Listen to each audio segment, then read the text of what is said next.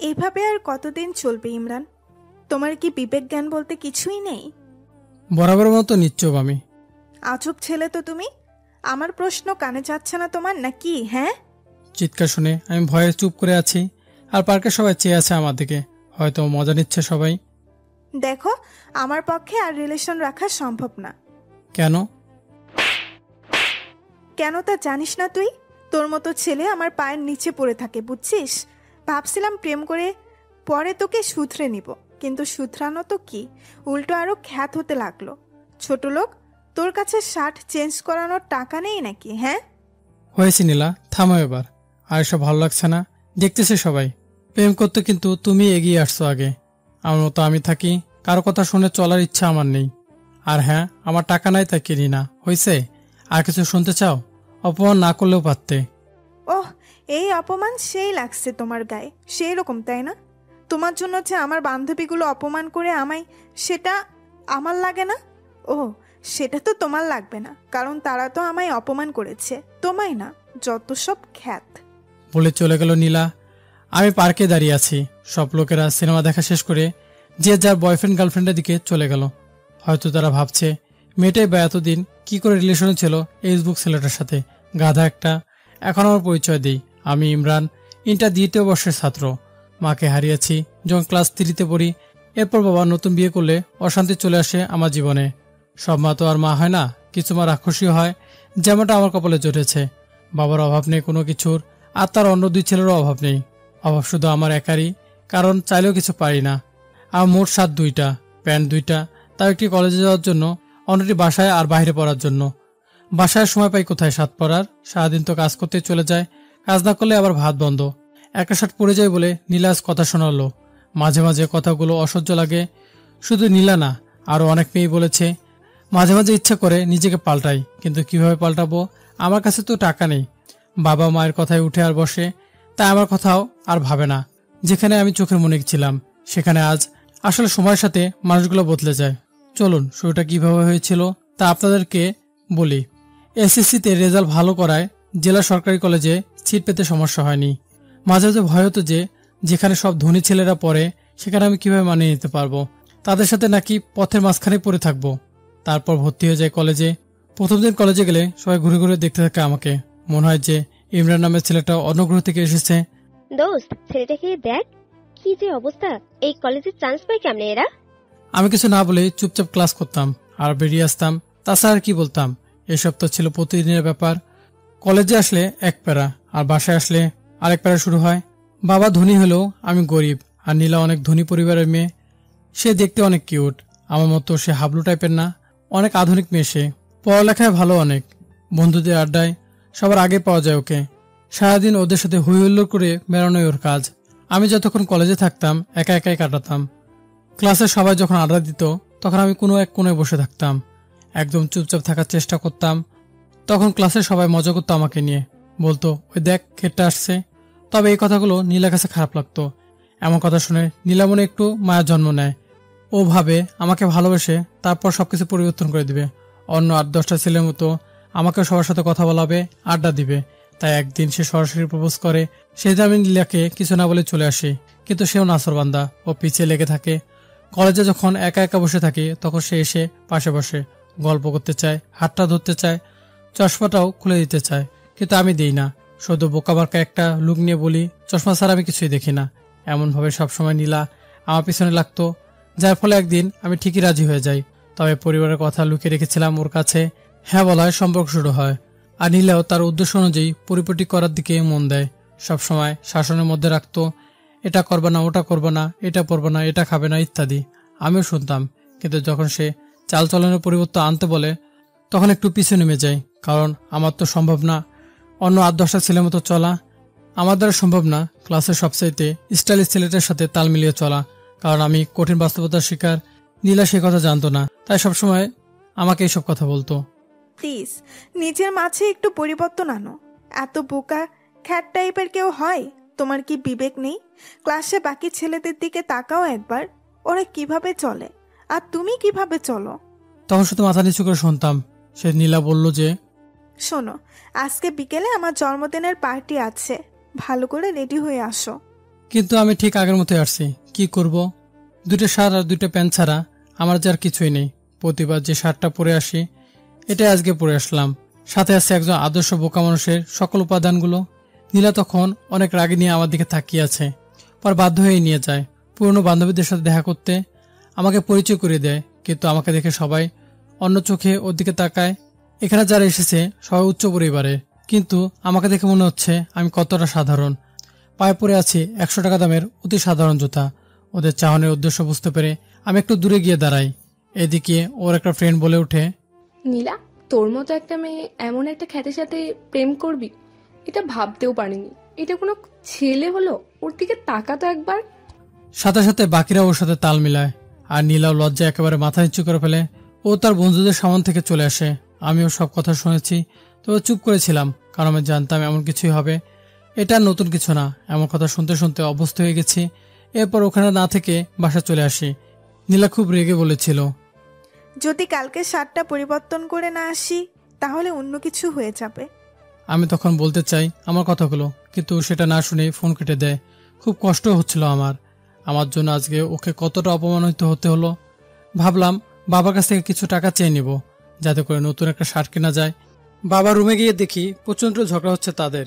আর ঝগড়ার মূল কারণটা হলাম আমি। ঝগড়া এক পর্যায়ে মা বলে ওঠে, কি পেয়েছো তুমি? এটা আমার সংসার, তাই এখানে আমার অর্ডারই শুধু চলবে। কোনো একটা ছেলেকে এনে বাসায় রেখেছো, সারা বছর ঘাড়ে পড়ে আছে, একটু কাজ করলেই তো পারে। এটা তো আর কোনো সরকারি হোটেল না। তখন বাবা বলে আসতে বলো। কথাটি শোনা মাত্র আওয়াজ যেন আরো বেড়ে যায়। স্পষ্ট বোঝা যাচ্ছিল আমাকে কথাগুলো শোনানোর জন্য এভাবে বলছে। আবার বলে উঠলো, কারো যদি লজ্জা থাকতো তাহলে সে এভাবে অন্যের ঘাড়ে বসে খেত না। কতদিন একটা মানুষকে খাওয়ানো যায়, আর খাওয়ার সময় তো একটুও কম খায় না। এটাও ভাবে না যে এখানে দয়ার খানা খাচ্ছে না সে। মায়ের সবগুলো কথাই শুনে, কিন্তু জবাব দেওয়ার মতো কোনো শক্তি নেই।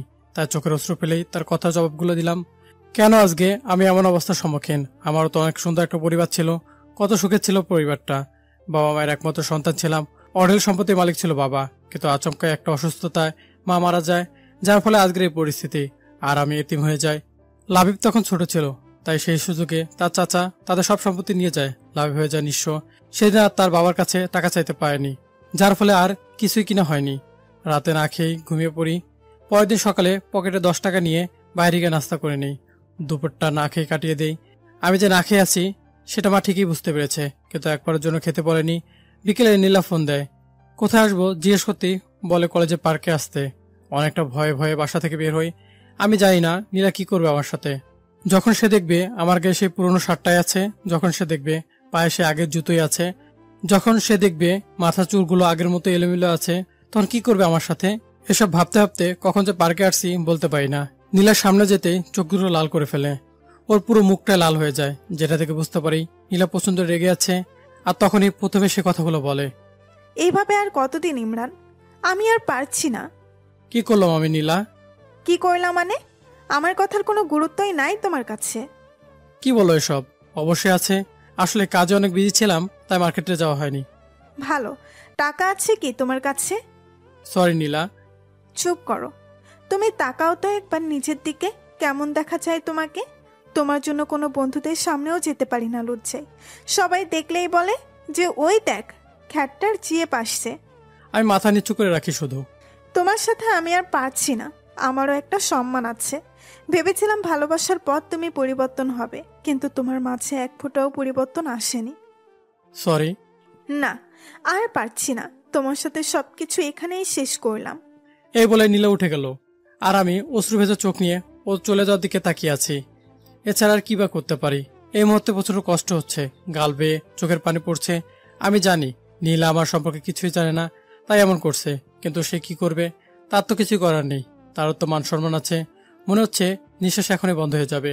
আস্তে আস্তে উঠে দাঁড়িয়ে পড়ি। সোজা চলে যায় নদীর পাড়ে। সেখানে গিয়ে বসে চোখ থেকে চশমাটা খুলে ইচ্ছে মতো কেঁদে নেই। যদি মা থাকতো, কারো দয়ার পাত্র হয়ে থাকতে হতো না, এতটা অসহায় হয়ে থাকতে হতো না।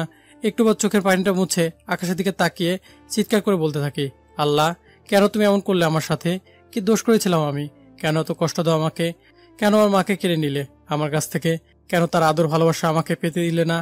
আমার এখনো মনে পড়ে ছোটবেলায় চুল কাটাইতে চাইতাম না, মা জোর করে বাবার সাথে পাঠাই দিত। আর এখন সেই চুল কাটতে চাইলেও টাকা নেই। ঈদের দিনে সকালে উঠে মা এসে আমার আগে গিফট দিত, কত আদর করে লাচ্চা সাবা খাওয়াই দিত। আর এখন সৎ মা সৎ ভাইদের খাওয়াই দেয়, ঈদের ড্রেস দেয়। আমি শুধু চেয়ে দেখি, কি আর করব, মা নাই যে। কিছুক্ষণ পরে খেয়াল হলো যে অনেক রাত হয়ে গেছে, সাথে প্রচন্ড ক্ষুধা লাগছে। ক্ষুধা একদম সহ্য করতে পারি না, তাই বাসার দিকে এগিয়ে যাই। বাসায় আবার কি যে অপেক্ষা করছে, কোনো কাজ করা হয়নি বাসার। সিদ্ধান্ত নেই, যত কিছু বলুক না কেন কান পেতে সেগুলো শুনবো আর খেয়ে নিব। বাসায় মা বসে টিভি দেখছিল, কিন্তু আমি এসে কলিং বেল বাজাতেই উনি প্রচন্ড বিরক্ত হন।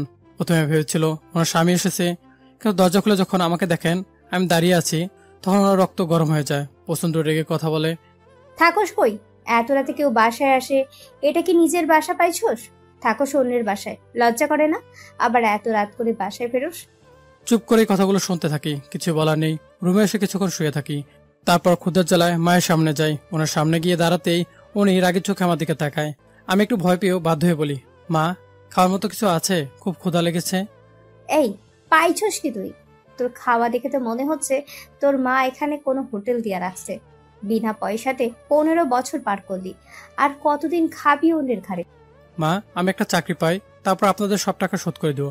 প্লিজ আমাকে এখন কিছু খেতে দিন, খুব ক্ষুধা লাগছে। আমার ঠেকা পড়ে নাই তোকে খাওয়ানোর। আচ্ছা, তোর কি কোনো বিবেক নাই? মানুষের তো একটু লজ্জাও থাকে, তোর কি সেটাও নাই? মাথা নিচু করে রাখি। একটু পরে মা উঠে গিয়ে কতগুলো শুকনো মুড়ি এনে আমাকে দেয় আর বলে, এই নে দয়ার খানা, তোর কাছে হাত জোর করি বলি, দূর হ তুই। এত আপদ ভালো লাগে না আর। উফ, আল্লাহ বাঁচাও। ততক্ষণে চোখ দিয়ে অশ্রু পড়াটা শুরু করেছে। খাওয়াটার ইচ্ছা চলে গেছে, না খেয়ে রুমে চলে আসলাম আর প্রচন্ড কান্না করি। তবে সেটা কোনো শব্দ নেই, সিদ্ধান্ত নেই যে আর থাকবো না এখানে। জানিও না কোথায় যাব, তবে এটা নিয়ে ভাবিও না। খাতা কলম নিয়ে বসে যাই, উদ্দেশ্য বাবাকে একটা চিঠি লেখা শুরু করে দিলাম। কেমন আছো আব্বু? নিশ্চয় অনেক ভালো আছো, তাই না? জানো আমি অনেক ভালো আছি। প্রতিদিন সকালে মা নামক পাষণ্ড মানুষটা আমাকে অনেক আদর করে বকা দেয়। প্রতিবার খাওয়ার সময় কত সুন্দর করে আমাকে বিভিন্ন কথা বলে। আচ্ছা তুমি কি সেটা শোনো না, দেখো না, নাকি দেখেও না দেখার ভান করো? কষ্ট হয় না তোমার সেই ছোট্ট ইমরানের জন্য? জানো আজকে প্রায় একদিন না খেয়ে আছি। তুমি জানো আমি ক্ষুধা একদম সহ্য করতে পারি না, কিন্তু দেখো আমি ঠিকই এখন পারছি। আমি না অনেক পরিবর্তন হয়ে গেছি, এখন আর কাঁদি না, কাউকে জড়িয়েও ধরি না, শুধু চুপচাপ থাকি আর ভাবি হয়তো মা থাকলে আমার সাথে কখনো এমন হতো না। কোথায় হারিয়ে গেলে? অনেক ভালোবাসি তোমাকে, সত্যি অনেক ভালোবাসি। ইতি তোমাদের আদরের সন্তান। এরপর ছাদে চলে যাই, তারপর কিছুক্ষণ আকাশের দিকে তাকিয়ে থাকি, তারপরে সে সবকিছু গুছিয়ে নেই। খাতা কলমটা এখন ব্যাগে নেওয়া হয়নি। ওটার দিকে চোখে পড়তেই নীলা কথা মনে পড়লো। কত ভালোবাসতাম তাকে, বাচ্চার স্বপ্ন দেখেছিলাম তাকে নিয়ে, কিন্তু সেও ছেড়ে চলে গেল। নীলার সত্যটা জানা দরকার, তাই নীলার জন্য একটা চিঠি লেখা শুরু করে দিলাম। নীলা, হয়তো ভালো আছো, ভালো তো থাকবেই। তোমার জীবন থেকে একটা বাধা দূর হয়েছে যে। আসলে আমি জানতাম না তুমি আমাকে কি দেখে ভালোবেসেছিলে, তাই তো তোমার কথা রাজি হচ্ছিলাম না। কিন্তু যখন তুমি বারবার এসে আমাকে বলতে লাগলে, তখন কেন জানি মনে হলো সত্যি তুমি আমাকে ভালোবাসো। তাই হ্যাঁ বলে দিয়েছিলাম। কিন্তু আস্তে আস্তে বুঝতে পারি আমার চলাফেরা তোমার চাহিদা মতো হচ্ছে না, তোমার মনের মতো হতে পারছে না। পারবো কিভাবে তুমি চাইতে আমি অন্য সবার মতো থাকি? সবাই যতটা স্মার্ট হয়ে থাকে আমিও সেটা করি, কিন্তু একটা কি জানো, আমার দ্বারা সেটা সম্ভব না। কারণ সেই ছোটবেলাতেই আমি আমার মাকে হারিয়েছি। তারপর এলাকার অনেক কষ্টে এতটুকু আসতে পেরেছি। এখানে সৎমায়ের কাছে থাকতাম, যার বিনিময়ে আমাকে প্রতিনিয়ত অপমান হতে হতো। জানো, সাত কেনার মতো আমার সেই অবস্থা ছিল না। থাকলে হয়তো আমি কিনতাম। কে না চায় তার প্রিয় মানুষের মনের মতো হতে, বলো? আমি চলে যাচ্ছি দূরে, অনেক দূরে, যাই না কোথায় যাব, কিন্তু কথা দিচ্ছি আর তোমার সামনে আসবো না। ভালো থেকো। এটা নিয়ে বাসা থেকে বের হয়ে যাই। আসার সময় মাকে বলে আসি যে যদি কিছু করে থাকি তাহলে ক্ষমা করে দিতে। আমি চলে যাওয়ার পর মার মুখে জয়ের হাসি ফুটে উঠেছিল। চিঠিটা নিয়ে সোজা নীলাদের বাসায় চলে আসি। দারোয়ানকে চিঠিটা নীলাকে দিয়ে দেওয়ার জন্য বলি, তারপর সামনের দিকে পা বাড়াই। ইমরান জানে না সে কোথায় যাচ্ছে। লেখকও সেখানে থমকে দাঁড়ায়, দুই চোখ দিয়ে শুধু দেখতে থাকে। ইমরান এগিয়ে যাচ্ছে সম্মুখে। গন্তব্যহীন পথে তার সাথী হিসেবে আছে হাজারো অব্যক্ত কথা আর বুক ছিঁড়ে দেওয়ার মতো কষ্ট। একটা সময় ইমরান মিলিয়ে যায় রাতের অন্ধকারে, আর দেখা যায়নি তাকে। চশমা পরা বোকা ছেলেটা ফিরেনি আর। দারোয়ান নীলাকে ঠিকই চিঠিটা দিয়েছিল। নীলা চিঠিটা পড়া মাত্রই চিৎকার করে কেঁদে ওঠে। সে কান্না করতে করতে বাসা থেকে বের হয়েছিল ইমরানকে খুঁজতে, কিন্তু ততক্ষণে নীলা বড্ড দেরি করে ফেলেছে। খুঁজে পায়নি কোথাও চশমা পরা বোকা ছেলেটাকে। নীলা পুরো শহর খুঁজে বেড়াচ্ছে ইমরানকে। ফেসবুকে বিভিন্ন গ্রুপে ছবি দিয়ে পোস্ট করেছে, কিন্তু তাতেও কিছু হয়নি। মাঝে মাঝে ভাবে যে ইমরান আছে কি পৃথিবীতে, না ইমরান যেতে পারে না। ঠিক এই বিশ্বাসটা নিয়ে খুঁজতে থাকে ইমরানকে। কিন্তু এই পৃথিবীতে এত মানুষের ভিড়ে কাউকে খুঁজে পাওয়া কি এতটাই সোজা? এভাবেই চলতে থাকে দিন। আর দেখতে দেখতে পরীক্ষাও চলে আসে। নীলা ভাবে ইমরান হয়তো এইচএসসি পরীক্ষা মিস করবে না, তাই সে প্রতিটা দিন সবার আগে এক্সাম হলে চলে যায়। কিন্তু এতেও কোনো কাজ হয় না।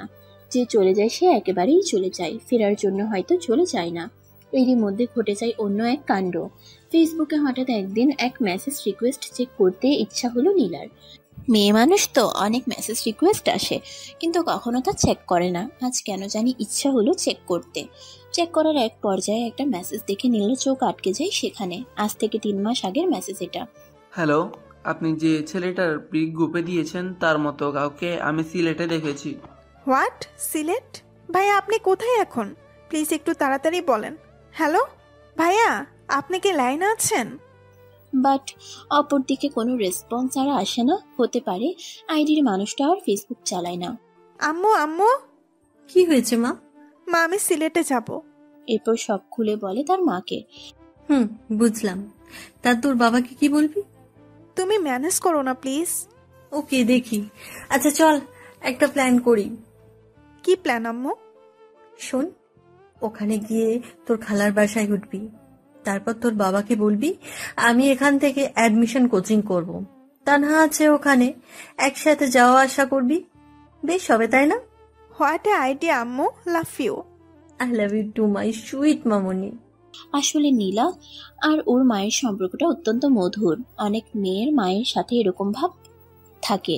আপনাদের কারো এরকম মা থাকলে অবশ্যই বলবেন কমেন্টে। এরপর প্ল্যান অনুযায়ী চলে যায় সিলেটে। সেখানে তার ছোট মামনি, খালু আর তার সমবয়সী এক বোন যার নাম তানহা আছে। বাসে উঠলে পরের দিন গিয়ে বাস স্টপে নামে। এরপর তার বোন নিতে আসলে তার সাথে চলে যায়। হ্যালো মামনি, কেমন আছো? আমি ভালো মা, তুই? মামনি তুমি কিন্তু আরো মোটু হইছো। সে কথা বলিও না, বসে বসে শুধু গিললে তো হবে না। কি বললা তুমি? আমি গিলি আর তুমি বসে থাকো মনে হয়? দিন দিন ডায়েট কন্ট্রোল না রেখে বাড়াচ্ছে আর আমাকে বলতে আসছে এখন। নীলা চল উপরে, এদের ঝগড়া থামবে না এখানে। দেখলি আমি এসেই বাজাই দিলাম ঝগড়া। এখন দেখবি আরো কত ঝগড়া লাগে।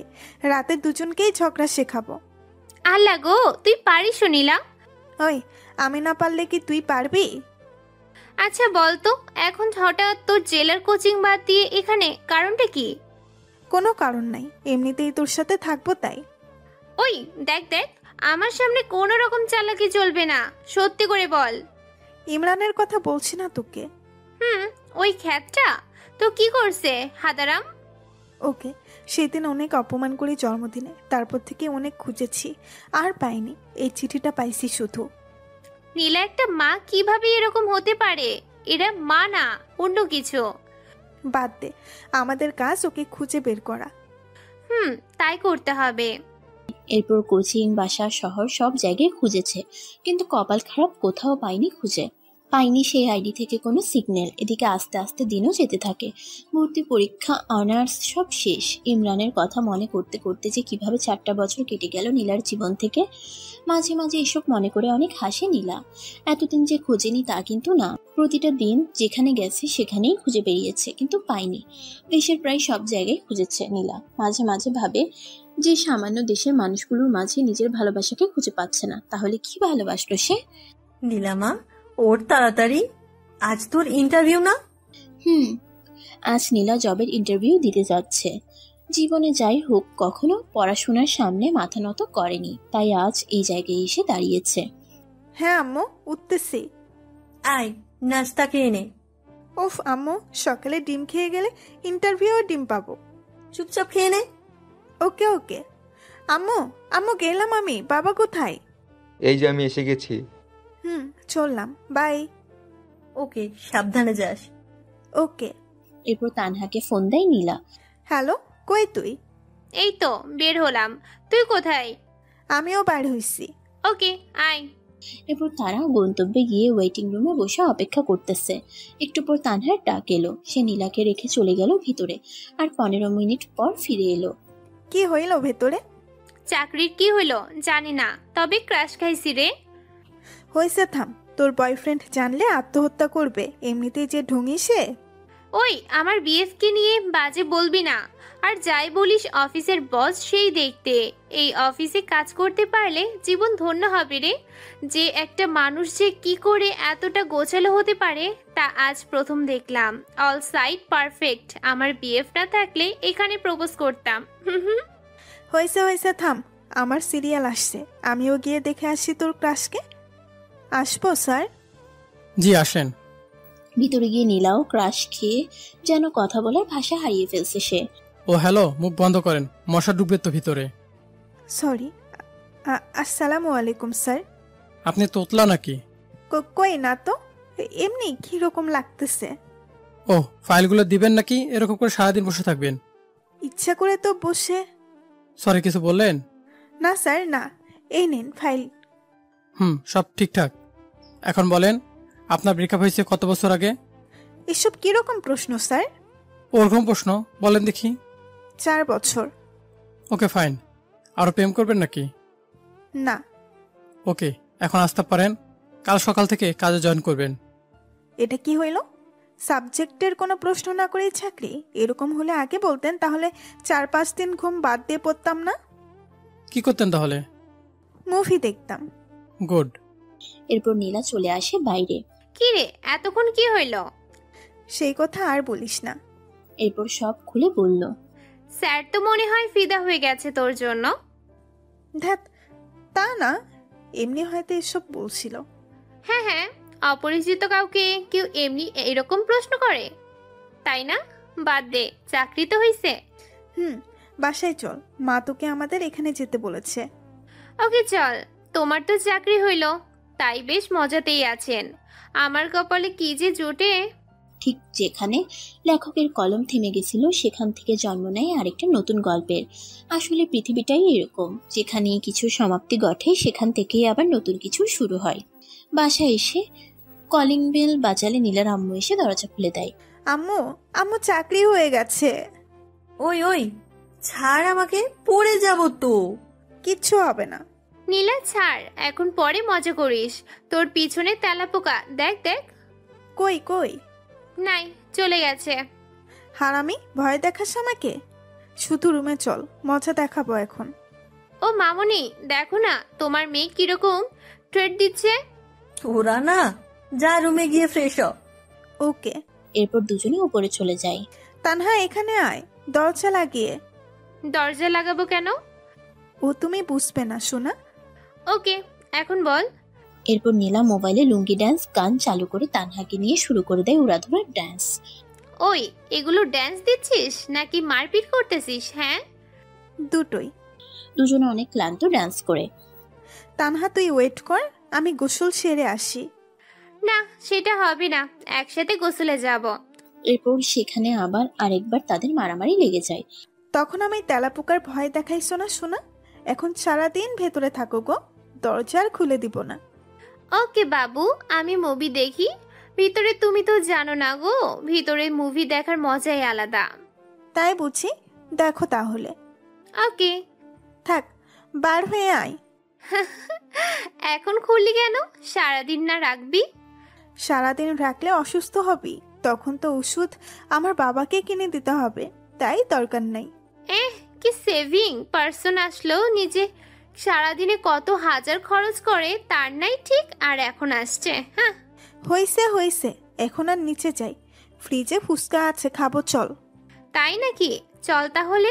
আসলে সমবয়সী বোন থাকলে যা হয় আর কি। বিকেলের দিকে তানহার ওর কনফার্মেশন মেসেজ আসে, সেও অনেক খুশি। রাতে দুজনে খেয়ে ছাদে চলে যায়। তানহা, বল। জানিস, দিনগুলো না সুন্দর হাসি ঠাট্টা তামাশা ফাসলামিতে কেটে যায়, কিন্তু রাত হলেই আর থাকতে পারি না, খুব মনে পড়ে যায়। আসলেই রে, রাতগুলোই এরকম। রাতগুলো দিনের বাইরের আবরণ ভেদ করে ভিতরের মানুষগুলোকে বার করে দেয়, যার চিত্র দিনের বেলার থেকে সম্পূর্ণ আলাদা। হুম। ঘুমাবো, চল, কাল প্রথম অফিস, তাই লেট করা যাবে না। চল। এরপর রাতটা কেটে যায়। পরের দিন সবার কাছ থেকে দোয়া নিয়ে পা বাড়ায় অফিসের দিকে। অফিসে গেলে পিয়ন নীলা আর তানহার ডেস্ক দেখাই দেয়। তারা দুজন পাশাপাশি কি কাজ করবে এসব সম্পর্কে তো তারা কিছুই জানে না। একটু পর পিয়ন এসে বলে, স্যার আপনাদের দুজনকে ডেকেছে। এরপর চলে যায় সোজা বসের রুমে। স্যার আসবো? আসুন। মিস নীলা অ্যান্ড তানহা, কেমন লাগছে নতুন অফিস? বেশ ভালোই। আর বস তো আরো ভালো। তাই নাকি? তো কি দেখলেন ভালো? এই তো পুরাই ক্রাশ। তানহা, আমি কিন্তু আপনার বস। ধ্যাত, রাখেন তো, আমি বস টস বলতে পারবো না, ভাইয়া বলে ডাকবো প্লিজ। ওকে, তো যে জন্য ডেকেছি এ হচ্ছে তোমাদের ফাইল, এগুলো কমপ্লিট করে দিও। আপনার নামটা কি ভাইয়া? নাম শুনে কি হবে? ভাইয়া বলে ডাকবো আর ভাইয়ের নামটা জানবো না? তাই, আমার নাম সাজিদ। ওকে, আর তুমি করে বলবো? যা ইচ্ছা বলিও। এখন যাও, কাজ করো। ওকে, বাই। আর শোনো, বলেন। লাঞ্চ টাইমে একসাথে খাবো। ওকে ভাইয়া। এরপর যে যার কাজে মন দেয়। এদিকে লাঞ্চের টাইম কোন দিক দিয়ে চলে যায় তা সাজিদ বুঝতেই পারে না। ভাইয়া একটু সময় হবে কি? আমার ক্ষুধা লাগছে অনেক তো। ও সরি, আমার তো মনেই নেই। তোমরা আগে মনে করে দিবা না? আপনি যে মনোযোগ দিয়ে কাজ করতেছেন, কিভাবে ডিস্টার্ব দেই বলেন? ওকে, চলো এখন। এরপর লাঞ্চ শেষ করে আবার সবাই যে যার কাজে চলে যায়। অফিস টাইম শেষ হলে বাসা চলে যায় সবাই। বাবা সাজিদ, তুমি যাবা না? প্রতিদিনই তো সন্ধ্যা পার করে যাও। আমজাদ চাচা, সবার বাসায় তাদের জন্য কেউ না কেউ অপেক্ষা করছে তাদের জন্য, তাই তারা অফিস ছুটি হলে চলে যায়। কিন্তু আমার বাসায় তেমন কেউ নেই। তাছাড়া ওরা যে টাইম দেয়, আমিও যদি তাই করি তাহলে তো ওদের আর আমার মাঝে কোনো পার্থক্য থাকবে না। চাচা, আপনি চলে যান, আমি কাজ শেষ করে চলে যাব। ওকে, ঠিক আছে। এরপর সাজিদ কাজ শেষ করে সোজা চলে যায় পার্কের দিকে। সেখানে কিছু এতিম ছেলে মেয়ে আছে, তাদের সাথে গল্প করে রাতের খাবার খেয়ে বাসা যায়। এভাবে দিন চলে যায় ইমরানের।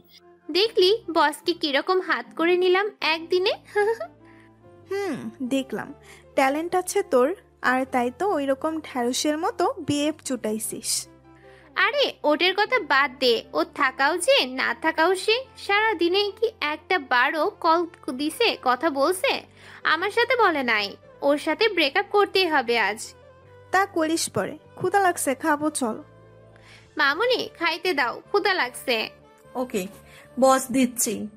জানো আজ কি করছে তানহা? কি? বসকে একদম পটিয়ে ভাই ডাকা শুরু করছে। তুমি বলো তো, ঠিক করছি না? এখন কাজে ভুল হলে বা লেট করে গেলে কিচ্ছু বলবে না। একদম ঠিক করছিস মা। এরপর খাওয়া শেষে ঘুম, আর ঘুম থেকে উঠে অফিস। আবার আগের দিনের মতো বসের রুমে চলে যায় তারা। আজ কিন্তু সাজিদ ডাকেনি, তারা নিজেই চলে এসেছে।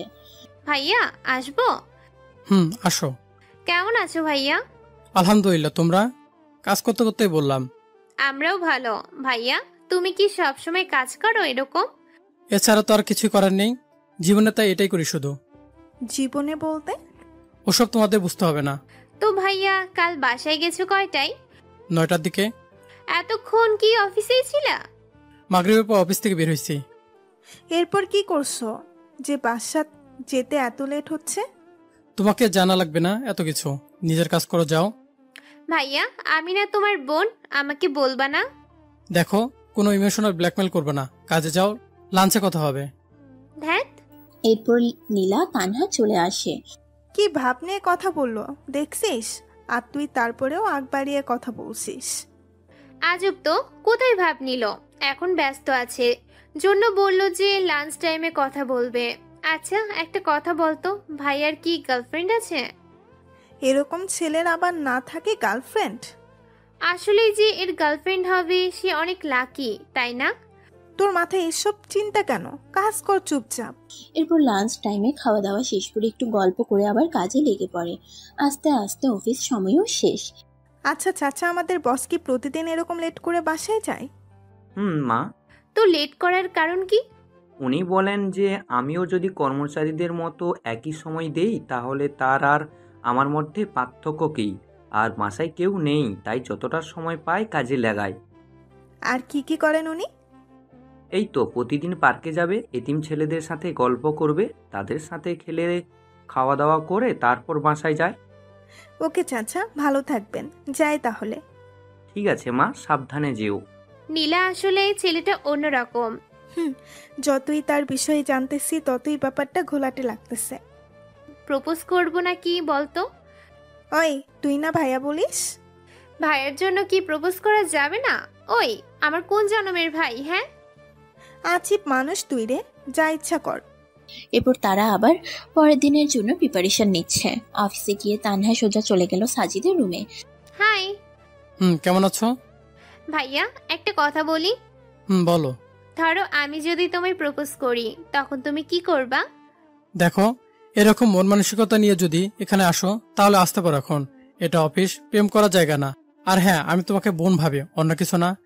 আর এর থেকে বেশি কিছু বাড়াবাড়ি করলে এটা হারাবা। সো বোনের মতোই থাকো, এতে ভালো। ওকে। এটা বলেই তানহা চলে গেল নিজের ডেস্কে। নীলাকে সব খুলে বলতেই হাসতে হাসতে শেষ হো। এই কুত্তি, হাসিস কেন? হাসবো না তো কি করব? উচিত শিক্ষা হইছে তোর। আজকে যা প্রপোজ কর, হারামি একটা। হ্যাঁ। জিহো বাবা গিয়ে ওয়াশরুমে চলে গেল তানহা। এরপর কাজ করতে করতে লাঞ্চের সময় চলে আসে। ভাইয়া, খাবো চলো। আমার ক্ষুধা নেই, তুমি যাও। সাজিদের কথা দেখে বোঝাই যাচ্ছে যে সে অনেকটা রেগে সে তানহার উপরে। ভাইয়া প্লিজ চলো না। যেতে বলছি তোমায়। তানহা ভয় ভয় চলে গেল। একটু পর নীলা গেল তার বসের রুমে। স্যার আসবো? হ্যাঁ নীলা, আসো। স্যার খাইতে চলেন না প্লিজ। আপনি না খেলে ওদিকে তানহাও খাবে না বলতেছে। প্লিজ চলেন না। ওই খাবে না কেন? বলতেছে ভাইয়াকে ছাড়া বোন খায় নাকি। প্লিজ চলেন। যদি এটাই ভাবো তাহলে এরকম কাণ্ড করতে না। ওটা ভুলে হয়ে গেছে, এখন চলেন তো। আর অরে দোষটা কোথায়? যে কোনো মেয়ে আপনাকে দেখলে ক্রাশ খেয়ে যাবে। আপনি হয়তো জানেন না আমাদের এখানে কত মেয়ে লুকিয়ে লুকিয়ে আপনাকে দেখে। হয়েছে, চলেন তো এখন। এরপর খাওয়া শেষে চলে যায় যে যার কাজে। একটু পর পিয়ন এসে বলে গেল কাল মিটিং আছে, সবাই যেন তাড়াতাড়ি চলে আসে অফিসে। কাজ শেষ করে শেষে সবাই চলে যায় যে যার বাসায়। কি মা, তোমরা দাঁড়িয়ে যে, বাসা যাবা না? না চাচা, বসের সাথে যাব। কেন, কোনো কাজ আছে নাকি? না, এমনি। ওকে দাঁড়াও, আমি বলতেছি। তোমরা অপেক্ষা করতেছো? চাচা তাড়াতাড়ি আসতে বলেন। কি তানহা, বাসায় না গিয়ে এখানে কেন এখনো? তোমার সাথে যাব তাই। কিন্তু আমি তো এখনই যাব না, এখান থেকে পার্কে, তারপর রাতে বাসায় যাব। কেন, পার্কে কি স্পেশাল কেউ আছে নাকি যে আমরা গেলে সমস্যা হবে ভাইয়া? আরে তা না, ওকে চলো। আচ্ছা ভাইয়া, তুমি এতটা গোছালো কি করে? ও তাহলে এসব বলার জন্য সাথে আসছো? আরে তা না, বলো না ভাইয়া প্লিজ। চুপচাপ চলো। একটু পর তারা পার্কে পৌঁছে গেল। আর সাজিদ পার্কে যেতেই সব ছেলে মেয়েগুলো চলে আসলো। এরা কারা? কেন দেখতে পাচ্ছ না? তা তো দেখতেছি, কিন্তু তোমার সাথে কি? এরাই আমার ভাই বোন, বন্ধু। আমার মতো এরাও একা, তবে পার্থক্য আছে। আমি আমার বাবা মাকে হারাইছি, আর এদের মা বাবা এদের ফেলে দিয়েছে। সমাজে এদের অধিকার নেই, কারণ এরা নোংরা ভালোবাসার ফসল। এটাই তো আমাদের দেশ। বুঝলাম। যখনই ফ্রি থাকি আমি এখানে চলে আসি, এদের সাথে কথা বলি, খেলি, অনেক ভালো লাগে। চলো ওই দোকানে যাই। নীলা পাশে দাঁড়িয়ে শুধু দেখতেছে আর অবাক হচ্ছে। দোকানে কেন? ওখানে এরা প্রতিদিন 3 বেলা খায়, যা ইচ্ছা খায়। আমি রাতে এসে বিল দেই। ভেরি গুড ভাইয়া। আসলে যাদের এদের পাশে থাকা দরকার তারা থাকে না। মানুষ কেমনে পারে এত নোংরা হতে? কয়েকদিন আগেও দেখলাম যে ড্রেনের পানিতে বাচ্চার লাশ। তাদের কি একবারও মনে হয় না শিশুটা বড় হলে কি খেয়ে বেঁচে থাকবে? এগুলো কিন্তু তোমার আমার মতো ছেলেমেয়েরাই। ভাইয়া, কাল কি আছে অফিসে? সেটা কাল দেখিও। ভাইয়া, আমার না কিছুদিন ছুটি লাগবে। শুধু তোমার এই ম্যাডামের লাগবে না। স্যার, আমারও লাগবে। তো এরকম স্ট্যাচু হয়ে আছো কেন? মনে মনে কোনো একজনকে খুঁজে বেড়াচ্ছি তাই।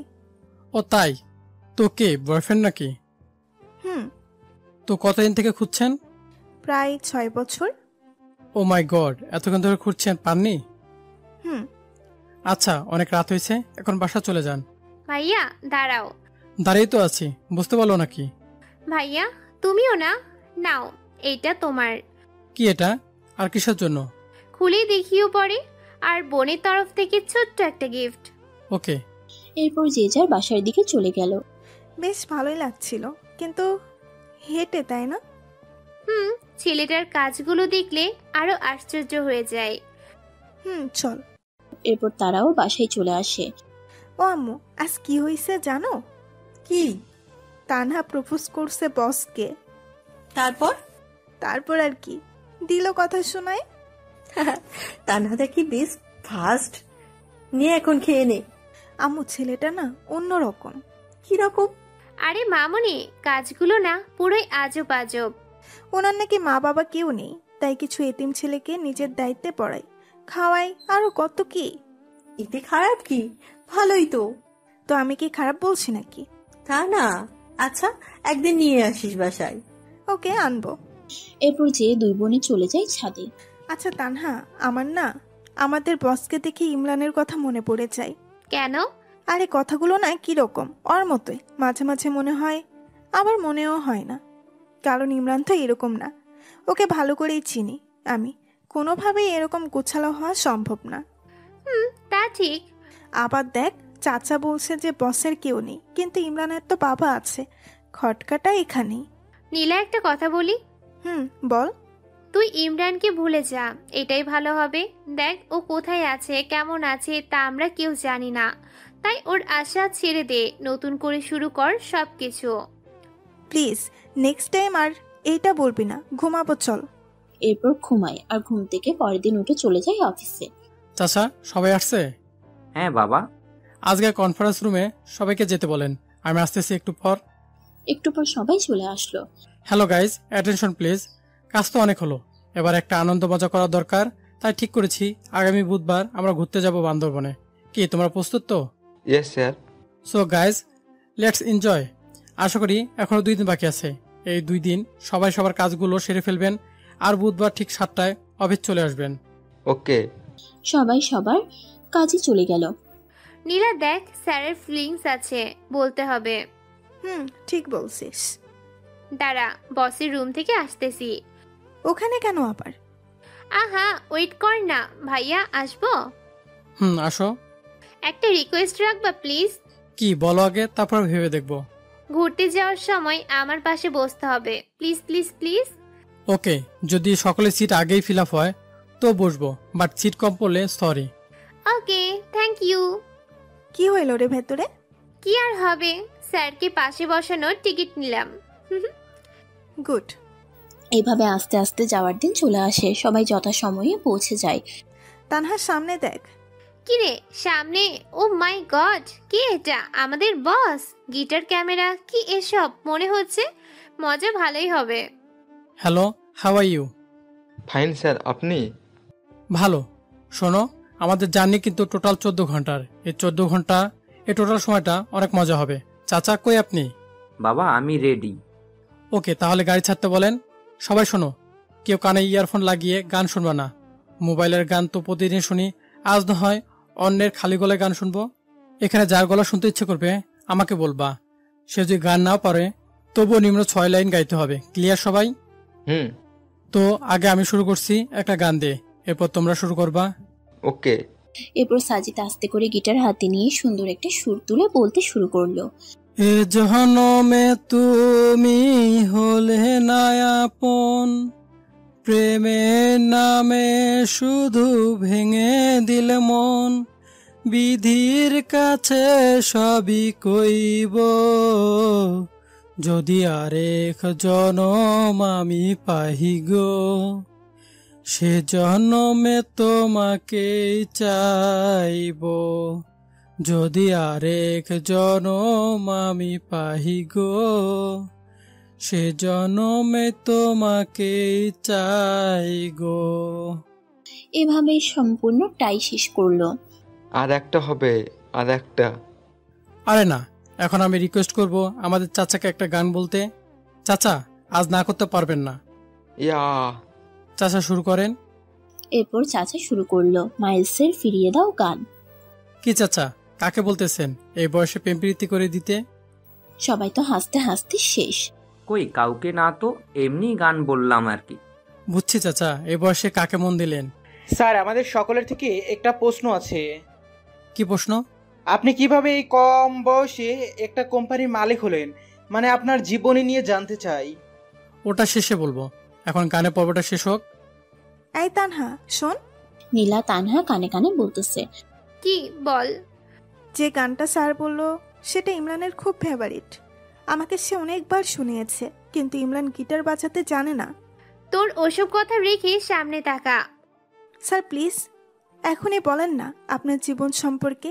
খুব জানতে ইচ্ছে করে যে একটা মানুষ কিভাবে এতটা গুছালো হতে পারে। আসলে এসবের পিছনে আমার গার্লফ্রেন্ডের অবদান। তার সাথে দেখা হলে একটা ধন্যবাদ দিব। আর তার করা অপমান আর যেদিন আমি আজ তোমাদের সামনে কত কষ্ট করতে হয়েছে এই জায়গাতে আসতে, সেটা আল্লাহ আর আমি জানি। বাদ দেয় ওসব কথা, বাকিটা পরে বলবো। ও মা গো, গার্লফ্রেন্ডের হাত তো ভাইয়া এখনো আছে নাকি? নেই, তবে চোখ বন্ধ করলেই দেখতে পাই। তো এখন আমার প্রশ্ন নীলার কাছে, আর সে তার ব্রেকআপের গল্প বলবে। এরপর মিস্টার খালিদ আপনি রেডি থাকবেন। আপনাকে এমন কিছু বলতে হবে যেন সবাই হাসে। আসলে আমার বিএফের নাম ইমরান। নিজেই একদিন ভুল করেছি আর সে চলে গেছে। কি ভুল করেছিলেন? অপমান করেছিলাম। এরপর 6 বছর ধরে খুঁজতেছি কিন্তু পাচ্ছি না। বাবা, এত ভালোবাসা, তার জন্য যদি ফিরে আসে এখন তো কি করবেন? 2 গালে থাপ্পড় দিব। কেন? আমাকে এত বছর কষ্ট দেওয়া শাস্তি পাবে না? এত রাগ তার উপর? তো খালিদ সাহেব এখন আপনার পালা। স্যার একটু সময় দেন, ঠিক করে নেই কোনটা বলবো। ওকে, 1 ঘন্টা বিরতি দিলাম। চাচা খাবার দেন সবাইকে। এরপর সাজিদ গিয়ে সোজা তার সিটে বসে পড়লো, মানে তানহার পাশের চেয়ারে। ভাইয়া তোমাকে কিন্তু সে লাগছে আজ। তাই? তোমরা দুইজনও কম না কিন্তু। খাওয়া শেষ, সবাই রেস্ট নিচ্ছে আর সাজিদ এক ধ্যানে বাইরে তাকাচ্ছে। স্যার বাইরে কি দেখেন? কিছু না, এমনি একটা শহর দেখি। আপনার রিলেশনের কথা কিন্তু জানতে পারিনি এখনো। সেই মেয়েকে দেখতে ইচ্ছে করে যে কিনা আপনার মতো কাউকে পেয়েও অপমান করেছে। হয়েছে, আর দেখতে হবে না। খালিদ সাহেব শুরু করেন। সবাই দেখেন না কিরকম গুমরা মুখ হয়ে বসে আছে। আমি যেটা বলবো সেটা কেউ শুনে হাসতে হাসতে অজ্ঞান হলে আমার কোনো দোষ নেই স্যার। কি যে বলি কিছুই বুঝতেছি না। কিছু একটা বলেন স্যার। খালিদ সাহেবের ক্রাশ মিস সীমা। আচ্ছা তাহলে শুরু করি। গ্রামে পরিবেশ কিরকম সেটা আশা করি সবাই জানে। গ্রামে সব মানুষের ঘরে টয়লেট থাকে না, তাই যাদের টয়লেট থাকে না তারা তাদের কাজ সারার জন্য আসলে বাসবাড়িতে বেছে নেয়। এর মধ্যে কিছু মানুষ আছে যারা আবার নিচে কাজ চালাইতে পারে না। কাজ চালানোর জন্য তারা বিভিন্ন গাছে উপরে ওঠে। তো এক লোকের অভ্যাস হচ্ছে যে গাছে উঠে সিগারেট খাওয়া, টয়লেট সারা। প্রতিদিনের মতো সেই দিন বাঁশবাড়িতে গেল। সেদিন এক অন্যরকম কিছু ঘটেছে। কি রকম? সবাই আগ্রহ নিয়ে শুনতেছে আসলে কি হতে চলছে।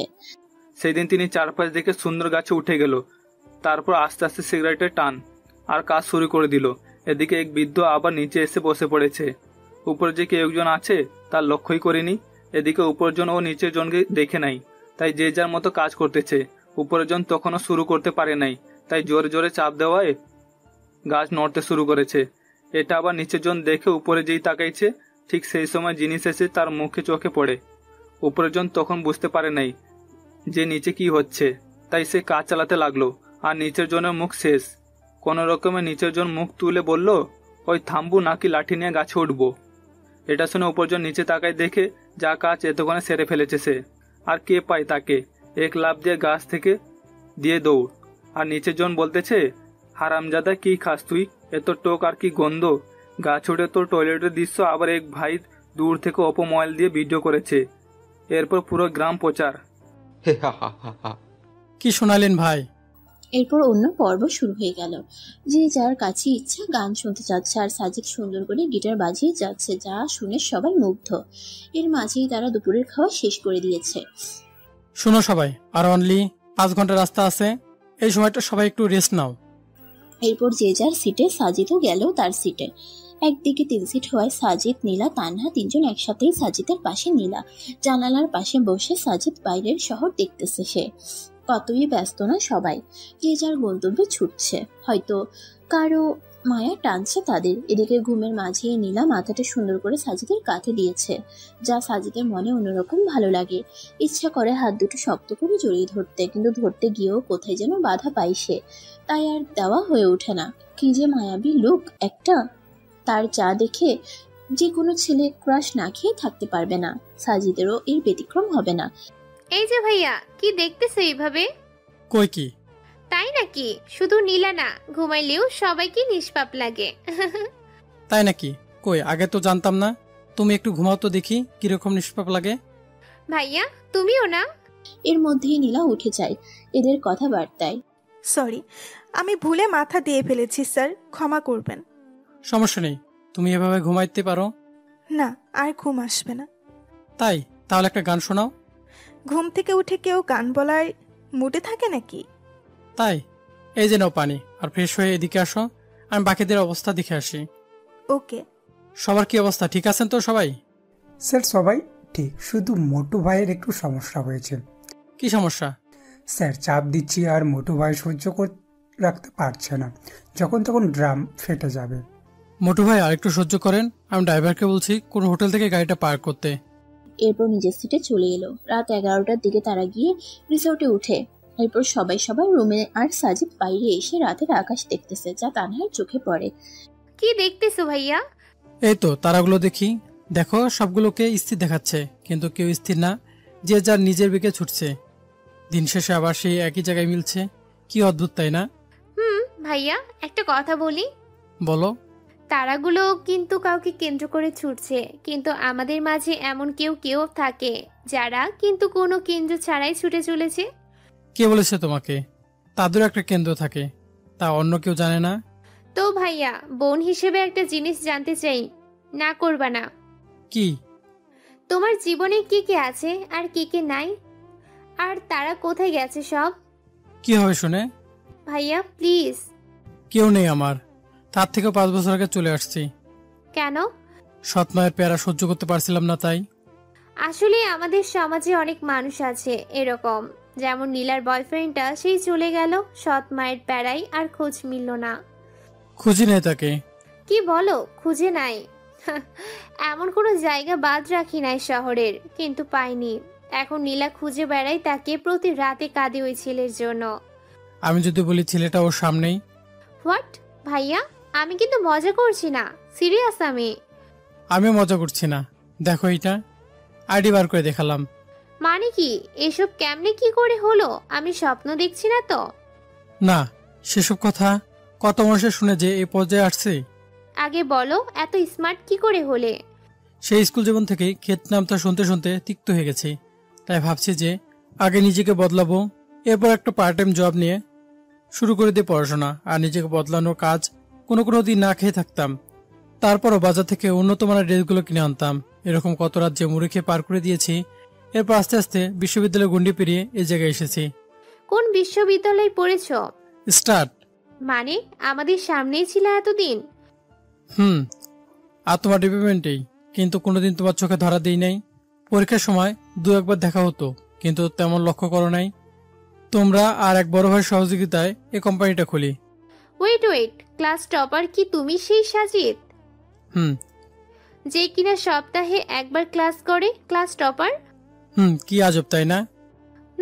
আমি নীলাকে বলতেছি সব। ওই থামো, এখন কিছু বলবো না, দেখবো নীলা চিনতে পারে কিনা। দেখো ভাইয়া, নীলা এইভাবে কোনোদিনও দেখেনি তোমায়, তাই চিনতে পারবে না। মনে মিল থাকলে না দেখেও চেনা যায়। জাস্ট ওয়েট করো। তোমরা কি ভাবছো আমি তোমাদের চিনি না? সে ভার্সিটি থেকেই দেখে আসতেছি তোমাদের। অনেক রাত হয়েছে, ঘুমাইতে চাও? ওকে, গুড নাইট। শোনো। বলো ভাইয়া। প্রমিস করো কখনো বলবা না নীলাকে? ওকে, বাট কখনো যদি জানি তখন? জানবে না। Good night. আর ভাইয়া, নাম এটা কেন তোমার? নীলা বা কেউ যাতে জানতে না পারে। এরপর যে যা রুমে চলে গেল। কি কথা বললি বাহিরে? মানে তুই ঘুমাস নাই? না, কি কথা হয়েছে বল। ওসব এমনি কথা বললাম, কেননা ঘুমিয়ে বাইরে আছে এসবেই, এছাড়া কিছু না। তুই মিথ্যা বলবি না বললাম। তানহা মনে মনে ভাবতেছে নীলা সব জেনে গেল নাকি। আর অন্যদিকে ইমরান মানে সাজিদ ভাবছে তানহা কি রাখবে তার কথা। আরে নীলা, এমনি ভাইয়ার সম্পর্কে কথা বললাম, তোর যদি বিশ্বাস না হয় তাহলে গিয়ে জিজ্ঞেস করে দেখ। আমার না কেন জানি মনে হয় ইমরান আমার আশেপাশেই আছে, কিন্তু খুঁজে পাই না। এসব তোর মনের ভুল, রাত হইছে, ঘুমা এখন। এরপর সবাই ঘুমিয়ে পড়লো যে যার মতো। আর অন্যদিকে সাজিদ ভাবতেছে নীলাকে সত্যিটা বলবে কিনা। যে এতটা ভালোবাসে, এত বছর ধরে কষ্ট করে খুঁজতেছে, তাকে কি কষ্ট দেওয়া ঠিক হবে? না, আমার মতোই আমি চলি, দেখি চিনতে পারে কিনা। পরের দিন সবাই ঘুম থেকে উঠে কফি খাচ্ছে, কিন্তু তাদের বসের কোনো খোঁজে নাই ওঠার। নীলা গিয়ে দেখতো ভাইয়া ওঠে না কেন এখনো। কেন, তুই যাইতে পাস না? যা না প্লিজ, এখন যাইতে চাস না, কিন্তু পরে যখন শুনবি সব তখন তো দৌড়ে যাবি, কুত্তে একটা। ওই কিছু বললি তুই? কই না, না তো, তুই গিয়ে দেখ না প্লিজ। নীলা গিয়ে দরজা ধাক্কাচ্ছে, কিন্তু কোনো খবর নাই কারো। একটু পরে সাজিদ উঠে গেল। কি হলো, ধাক্কাচ্ছেন কেন? উঠবেন না নাকি? না, ঘুমাবো সারাদিন। ওসব বাদ দিয়ে বাহিরে আসেন, সবাই বাহিরে অপেক্ষা করতেছে আপনার জন্য। সবাই করতেছে, আপনি করতেছেন না? সবার বাহিরে আমি নাকি? কথা থেকে আগের মতো বেশি বলেন। কিছু বললেন? কই না তো। চুপ করেন, ফ্রেশ হয়ে বাহিরে আসেন, আর আমি বেশি কথা বলি না, বুঝছেন? একটু পর সাজিদ সকলের সাথে যোগ দিল। Hello, good morning. Good morning sir. তো বলো, কার ঘুম কেমন হলো? স্যার কি আর বলবো, আমাকে রাখছেন এই মোটুর সাথে। এই মোটুর জ্বালায় ঘুম আর ঘুমাও হয় নাই। মানে? স্যার সারা রাত বউয়ের মতো টর্চার করেছে। মানে? সবাই বিস্ময়ের চোখে তাকাচ্ছে। স্যার নেগেটিভ ভাববেন না, সারা রাত একবার হাত তুলে দেয়, একবার পা তুলে দেয়। গায়ে আর কি ওজন, কি খাস রে ভাই তুই, তোর বউ যে হবে তার জীবন শেষ। সবাই শুনে হাসতে লাগলো। তো সবাই রেডি হও, একটু পরে আমরা বের হব। ওকে। এরপর সবাই ফ্রেশ হয়ে নাস্তা সেরে বার হলো বান্দরবন দেখতে। তানহা দেখ কত সুন্দর না? আসলেই সুন্দর। স্যার ওখানে যাব। ওকে চলো, সবাই চলো ওই জায়গায়। সবাই গিয়ে সুন্দর মজা করতেছে। এই ভাইয়া, ডিএসএলআরটা কি এমনি আনছো, ছবি তুলো না? ও সরি, পোজ দাও, আমি তুলতেছি। বাহ, ছবি তো সুন্দর উঠতেছে। তা না, দেখে যাও। বাহ ভাইয়া, তুমি এত কিছু শিখলে কি করে? তা না, থামো তো। এভাবেই আনন্দ করতে করতে রাত হয়ে আসে। রাতে খাবার আর এক গানের আনন্দে মেতে উঠে সবাই। সাজিদ একাই গান গেয়ে যাচ্ছে আর সবাই তা উপভোগ করতেছে। খুব ভালো গান বলেন তো আপনি। ধন্যবাদ। এখন সবাই ঘুমাতে যাও, কাল দেখা হবে। Good night. Good night sir. পরের দিন আবার সে এরকম করেই কেটে গেল। এর পরের দিন বিকালের দিকে রওনা হয় বাসার উদ্দেশ্যে। স্যার ঝগড়া লাগছে পিছনে। কার কার? মোটু ভাই আর রনি সাহেবের। এরা 203 নাকি? সবসময় লেগেই থাকে। ঠিক বলেছেন, 203। স্যার আপনাকে একটা কথা বলি। বলেন। বাসা যেতে তো অনেক রাত হবে, দয়া করে কি পৌঁছে দিবেন বাসায়? আচ্ছা। ধন্যবাদ স্যার। শোনো সবাই, যাদের যাদের এনজয় করার ইচ্ছা আছে তার সামনে চলে আসো। এখন ওরা ধরা ডান্স হবে, যে যেমন ডান্স দিতে পারো। আসলে অফিসের বস ইয়ং ছেলে হলে যেরকম হয়, কোনো পিকনিকের আসল মজাই হচ্ছে এটা। বাবা আমি আছি। তো চাচা দেরি কেন, চলে আসেন। সবাই অনেকটা মজা করলো। রাত 2টার দিকে গাড়ি এসে ফিরল সেই চিরচেনা অফিসের সামনে। আস্তে আস্তে সবাই নেমে সাজিদের কাছ থেকে বিদায় নিয়ে চলে গেল। এখন বাকি আছে শুধু তানহা আর নীলা। নীলা, আমার শরীরটা ভালো না, অসুস্থ অসুস্থ লাগছে। তোমরা একা যেতে পারবে না? এত রাতে কি করে যাব? ওকে চলো। জ্যোৎস্না রাতে বেশ ভালোই লাগছে নীলার পাশাপাশি হাঁটতে।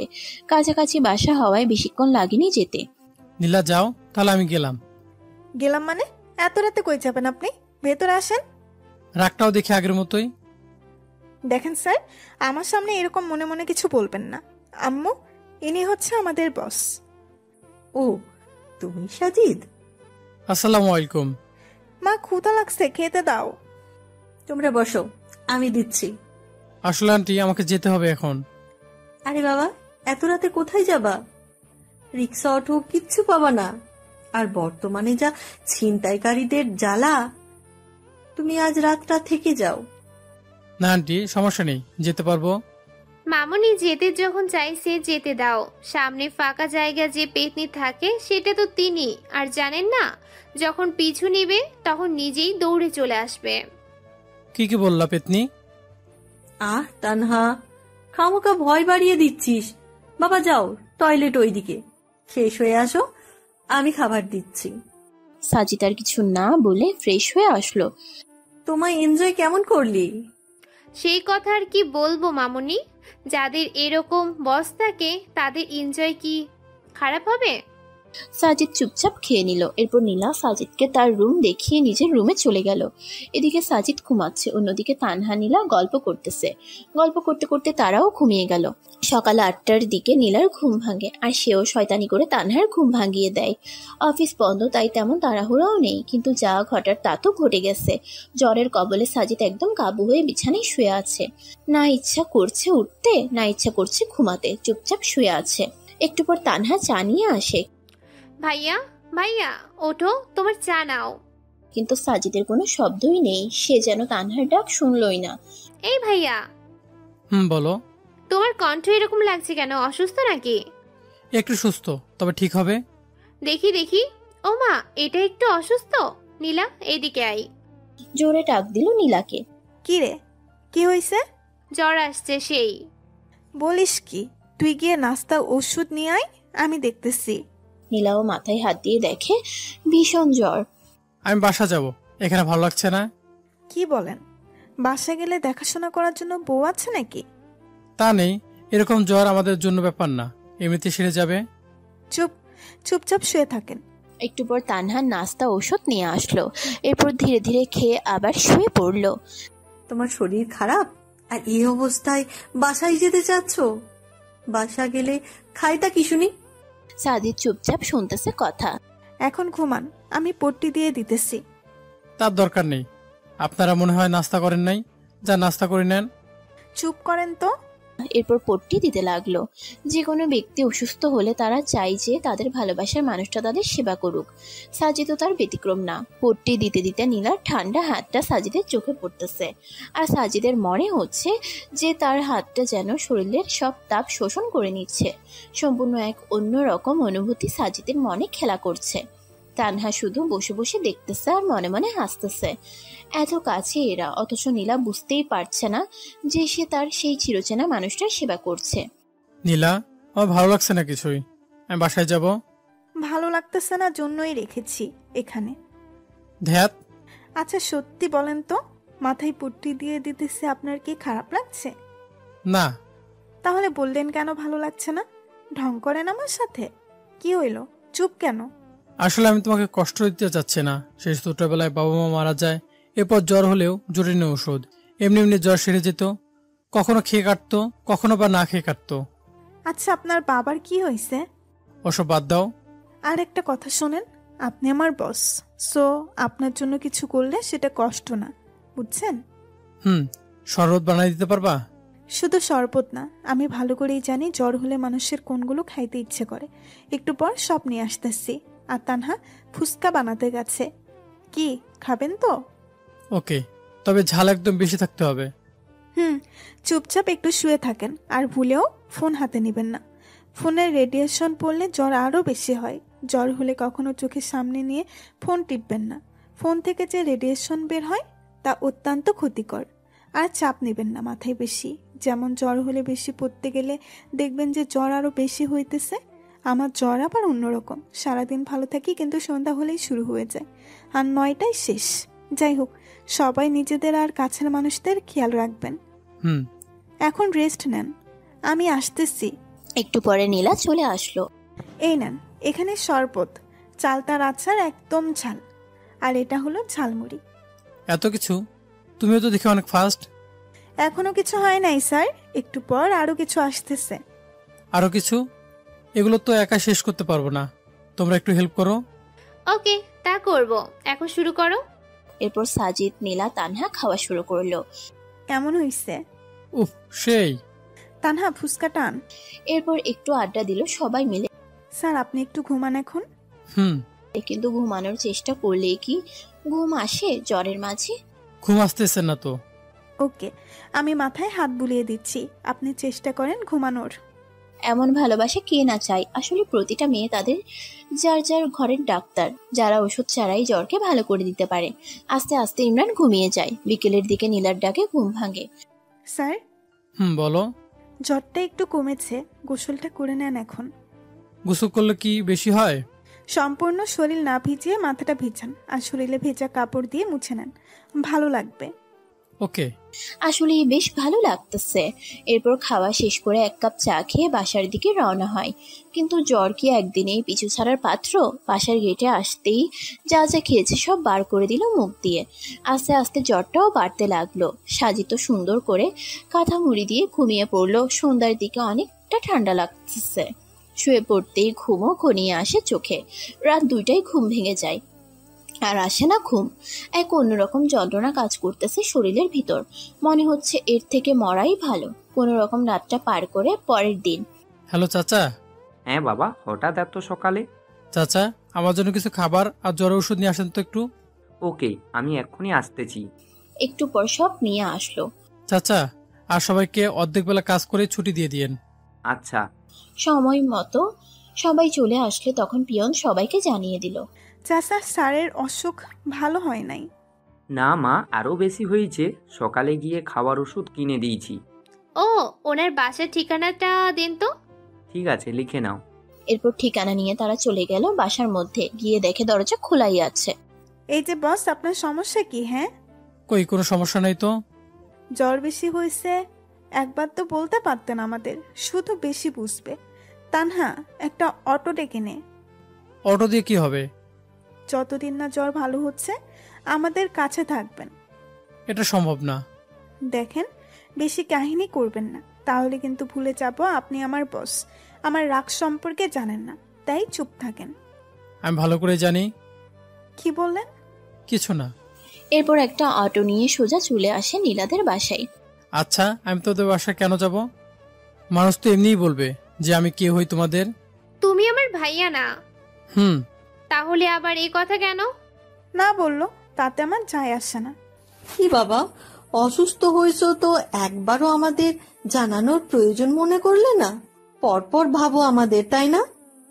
তা তো অবশ্যই। পৃথিবীতে কেউ কার আপন নয়। মানে? আন্টি, সবাইকে তো একদিন মরতেই হবে, যেমনটা আমার মা আমায় রেখে গেছেন। হয়েছে, আর বেশি বায়না ছাড়া লাগবে না। এখন রেস্ট নেন, আমি পানি নিয়ে আসতেছি। ভাইয়া দেখেছো কি কেয়ার করতেছে তোমার? আর যদি জানে তুমি ইমরান, তখন না জানি কি করবে আবার। কি আর করবে? যে রাগী জীবনটা শেষ করবে। তানহা, তুই খাবার নিয়ে আয়, আমি মাথায় পানি দিয়ে দিচ্ছি। ওকে। শুয়ে পড়ুন তো। এইভাবেই সেবা করতে থাকে নীলা। কেমন লাগছে এখন? ভালো। শুধু ভালো লাগছে না, অনেকটা স্বস্তি পাচ্ছি। শুয়ে থাকেন, আমি দিচ্ছি। জ্বর একটু কমলেও সাজিদকে অফিসে যেতে দেয়নি। পরের দিন তানহা, নীলা কেউই। এখন তো জ্বর কম, এখন বাসায় যাই। না, কাল সকালে এখান থেকে অফিসে যাবেন। কেন? রাতে যদি আবার জ্বর আসে। ও। সাদে আড্ডা দিয়ে চলেন। ওকে। জানেন স্যার, আমার জীবনে যে সামনে কি হতে চলেছে কিছুই বুঝতেছি না। যাকে চাই তাকে খুঁজে বেড়াই, কিন্তু পাই না। আপনার জীবন সম্পর্কে বলুন একটু শুনি। আমার জীবন নিয়ে কি বলবো? আপনি না বলেন বাবা মা নেই, তারা কিভাবে মারা গেল? মা মারা গেছে অসুস্থ হয়ে, আর বাবাকে হারিয়েছি মা মারা যাওয়ার 2 মাস পরে। তাহলে ছোটকালটা আপনার খুব প্যারাময় ছিল, তাই না? শুধু প্যারা না, আরো অনেক কষ্ট ছিল। আসলে কষ্টের পর সুখ আসে, তাই না? কি জানি হবে হয়তো। আমি কবে দেখা পাবো? কিসের, সুখের নাকি ছেলেটার? দুটোরই। কে সেই ছেলে? ওর নাম ইমরান। শেষে আমায় একটা চিঠি দিয়ে চলে গেছে। আজ পর্যন্ত অনেক খুঁজেছি কিন্তু পাইনি। ও, পাবা তাড়াতাড়ি, দেখিও। ওকে, চলেন ঘুমাবেন এখন। শোনো। বলেন। Good night. Good night. পরের দিন সকালে ফ্রেশ হয়ে খেয়ে চলে গেল সবাই অফিসের দিকে। বাবা, কেমন আছো? আলহামদুলিল্লাহ চাচা। জ্বর কমছে কি? হ্যাঁ চাচা। যে ট্রিটমেন্ট দিচ্ছে জ্বর ভালো না হয়ে কই যাবে। এরপর সাজিদ ও রুমে গেল। একে একে সবাই এসে জিজ্ঞেস করতেছে স্যারের শরীর কেমন এখন। এই যে মিস্টার স্যার। কি? লাঞ্চের সময় হয়েছে, চলেন। এখন না, তোমরা যাও, আমি পরে আসতেছি। না, এখনই চলেন, বেশি কথা বলবেন না। ওকে চলো। তুমি তো আবার যে রাগী। রাগের তো কিছুই দেখেননি এখনো। আমার মা বাবা আর আমার বিএফ জানে আমি কেমন রাগী। হয়েছে, চলেন। এরপর খাওয়া শেষে আবার চলে আসে কাজে। ভাইয়া চলো এখন। আর একটু কাজ করে যাই। না, এখনই চলো। আজব, যাবোটা কোথায়? আমার খালামণির বাসা? আবার যাবো কেন? আমি তো এখন সুস্থ। সুস্থ মানে? যদি রাতে আবার আসি আমি যাইতে বলছি চলো। আহ, এই দুই বোন তো জীবনটার তেজপাতা বানায় ফেলবে। ধরে নাও তাই, চলো এখন। কি আর করার, আবার গেলাম তাদের বাসায়। এবার আর সেবা না, এবার খাইয়ে 12টা বাজিয়ে রুমে পাঠাই দিছে। এই যে মিস্টার স্যার, কি অবস্থা? এই তো ভালো। আচ্ছা, আমার একটা কথার উত্তর দিবেন? বলো। আচ্ছা, এই বয়সে আপনার স্যার বানাইছে কে? শোনো, টাকা নাম হলে নিজের বাবাও স্যার ডাকে। বুঝলাম। আচ্ছা, পড়ছেন কত দূর পর্যন্ত? তুমি যতদূর পড়েছ আমিও তেমনটাই। তাহলে সাবজেক্ট কি? তোমারটাই। এবার বলেন, ভার্সিটিও আমারটাই? শিওর। তাহলে দেখি নাই কেন? সামনে যায় নাই তাই। ওয়েট, আপনি কি আমাকে আগে থেকেই চিনেন নাকি? কি মনে হয় তোমার? না, প্রথম দিন যে প্রশ্ন করছেন তার জন্য কনফিউশনে ছিলাম, আর এখন শিওর হলাম। শিওর হওয়া ভালো। ঘুমান এখন। Good night. এরপর চলে গেল যে যার রুমে, আর সোজা হারিয়ে গেল ঘুমের দেশে। পরের দিন আবার অফিস। সাজিদ একটু কাজে অফিসের বাইরে যায়, আর তখনই তার নামে একটা কুরিয়ার আসে। এরপর কুরিয়ার দিয়ে চলে যায়। তানহা কুরিয়ারটা নিয়ে টেবিলে রাখলো, আর তখনই নীলার চোখে পড়লো। কি রে এটা? স্যারের কুরিয়ার। এরপর হাতে নিয়ে দেখতে লাগলো। হঠাৎ চোখ আটকে গেল ইমরান নামের জায়গায়। তা না, এদিকে দেখ তো। কি? স্যারের নামে আসছে, তাহলে ইমরান নাম আসলো কই থেকে? হতে পারে স্যারের আর একটা নাম ইমরান। নীলা নিশ্চুপ। আরে স্যার, আসলে এখন জিজ্ঞেস করব। একটু পর সাজিদ এসে লাঞ্চ শেষ করে নিজের রুমে গেল। কুরিয়ারটা আমাকে দে তো তানহা। কেন? আমি দিয়ে আসতেছি স্যারকে। ওকে। স্যার আসবো? আসো। এই নেন আপনার কুরিয়ার। ওহ, এটা এসে গেছে, দাও। স্যার ওয়েট, এটা কি? আর আমাদের কেন বললেন আপনার নাম সাজিদ? ওহ, এটা বলতে ভুলে গেছি। আমার শুধু একটা কথার উত্তর দেবেন। কি কথা? শুধু সত্যি করে বলবেন আপনি আমার সেই ইমরান কিনা। পৃথিবীতে কি একটা ইমরান? স্যার, আমার প্রশ্নের উত্তর এটা না। যদি সত্য বলি তখন কি হবে, আর মিথ্যা বললে তখন? সেটা পরে দেখতে পাবেন। বলেন এখন প্লিজ, হাত জোর করে রিকোয়েস্ট করতেছি, প্লিজ সত্যটা বলেন। আমি ইমরান। এটা বলতে দেরি আর গালে থাপ্পড় পড়তে দেরি না। এরকমটা না করলেও পারতেন আপনি, আর কখনো আমার সাথে কথা বলবেন না, আর আমি কালকেই চাকরি ছেড়ে দিব। এটুকু বলেই নীলা কেঁদে চলে গেল। ভাগ্যিস রুমের ভিতর থাপ্পড় দিছে, তাই কেউ দেখেনি। ইমরান দাঁড়িয়ে আছে। কি ভাবলো আর কি হইলো? ভাবছি হয়তো নীলা আমাকে কাছে টেনে নিবে, কিন্তু তা না, উল্টো আরো দূরে গেল। আমার না বলাটাই ভালো ছিল। ভাইয়া, কি হয়েছে? নীলা এভাবে গেল কেন? সব বলে দিয়েছি, বাকিটা তুমি বলিও। ওর রাগ বেশি, তা তো জানোই। আস্তে আস্তে সব ঠিক হয়ে যাবে। আল্লাহ, কি যে ঠিক হবে তুমি ভালো জানো। যে মেয়েটা। নীলা বাসায় এসে দরজা লাগিয়ে শুরু করে দিল কান্না। এটা কষ্টের কান্না নাকি খুশির কান্না তা সে নিজেও জানে না। হতে পারে কষ্টের, আবার হতে পারে খুশির। এতদিন ধরে যাকে খুঁজে আসতেছে তাকে পেয়েছে, আজ খুশি তো হবেই। আর ইমরান এতদিন আসে পাশে থেকেও কোনোদিন পরিচয় দেওয়ার প্রয়োজন মনে করেনি। এটা ভেবে হয়তো কষ্টও হতে পারে। মানুষের জীবন যে কখন কি হয় বলা কঠিন। নীলা, আই নীলা, কি হয়েছে? আজ এত তাড়াতাড়ি আসলি যে? নিশ্চুপ। কিরে মা, দরজা খোল তো, শুনি কি হয়েছে। আমাকে বলবি না? তুই বলতি না আমি তোর বেস্ট ফ্রেন্ড, আর আজ আমাকে বলবি না? নীলা আর থাকতে না পেরে দরজা খুলে আবার শুরু করে দেয়, তবে এবার জড়িয়ে ধরে। আরে পাগলি মেয়ে, এরকম করে কেউ কাঁদে নাকি? কি হয়েছে সেটা তো বল। ইমরানকে পেয়েছি মা। কোথায় সে? থাপ্পড় মেরে চলে এসেছি। ও মা, কেন? আমার সামনেই ছিল এত বছর, কিন্তু পরিচয় দেয়নি কখনো, তাই। দেখো দেখি মেয়ের কাণ্ড। তা কে সে যে তোর সামনে থেকে পরিচয় লুকিয়েছে? আমাদের অফিসের বস কুত্তাটা আছে না, ওইটাই হয়। ও মা গো, এতদিন সাজিদ নামে ছিল? আরে মা, ওই আমার ভার্সিটিতে আর আমার সাবজেক্ট একই ছিল, আমাকে চিনতো ভালো করেই। আচ্ছা, তুই তাকে চিনলি না কেন? ও কি আর আগের ইমরান আছে মা? আগে চশমা পরতো, ঢিলে পোশাক পরতো, পায়ের জুতা কম দামি ছিল, চুলগুলো একদিকে রাখতো, তেলও দিত চুলে। কিন্তু এখন সব তো চেঞ্জ। এমন ড্রেস পরে যা কল্পনার বাইরে। চশমাটাও নেই, জুতা তো আর কম দামি নেই, মুখের গঠনটাও চেঞ্জ করে ফেলেছে গরুটা। বুঝলাম। এই জ্বরের মাঝে ছেলেকে থাপ্পড় মারা কি ঠিক হয়েছে? যদি জ্বর আসে আবার? আসলে আসবে। আমার একটা প্ল্যান আছে। কি প্ল্যান? ও তোকে কষ্ট দিছে না, ওকে সাজা দেওয়া দরকার। কিভাবে? ওকে ইগনোর করে চলবি সব সময়, আর ওর রিয়াকশন দেখবি। তবে মা, একটা জিনিস বুঝলাম না, ছেলেটা এতটা চেঞ্জ হলো কি করে? আর যার কিচ্ছু ছিল না সে আজ কিনা সফটওয়্যার কোম্পানির মালিক। শোন, মানুষের মনে যদি ইচ্ছা থাকে আর যদি সে কঠোর পরিশ্রম করে তাহলে সব সম্ভব। হয়েছে, অনেক কেঁদেছিস, এখন আয়, খাবি। এখন মজা করার সময়, কষ্ট পাওয়ার সময় না। এতদিন তো কষ্ট পেলি, এখন না হয় একটু মজা নে। তবে মা, আমি বুঝি না খ্যাটটা এরকম হলো কিভাবে? ওই যে ইচ্ছা শক্তি। এখন খাবি, চল তো। এরপর নীলা খেয়ে টিভির রুমে গিয়ে টিভি দেখতে থাকে। টিভি দেখা শেষ হলে আবার ঘুড়ি নিয়ে ছাদে চলে যায়। আসলে বিকেল বেলাটা ঘুড়ি উড়াতে বেশ ভালোই লাগে নীলার। মামুনি, নীলা কই? এতক্ষণে তানহাও এসে গেছে। ওপরে আছে, দেখ গিয়ে। দাঁড়াও, আসতেছি। কি রে নীলা, ওরকম করে আসলি কেন? কেন, কি হয়েছে? পায়া কি ভাবছে বলতো? যা ভাবার ভাবুক, তাতে আমার কি? তোর কি মানে? যাকে খুঁজতেছিস সে আজ সামনে, তো বলতেছিস তাতে আমার কি? শোন, ওই কুত্তার কথা ভুলেও বলবি না। উনি শুধু আমার বস, অন্য কিছু না। বুঝলাম। খাবো, চল। ওকে এরপর নিচে এসে খেয়ে আবার মনোযোগ দিয়ে ঘুড়ি উড়ায়।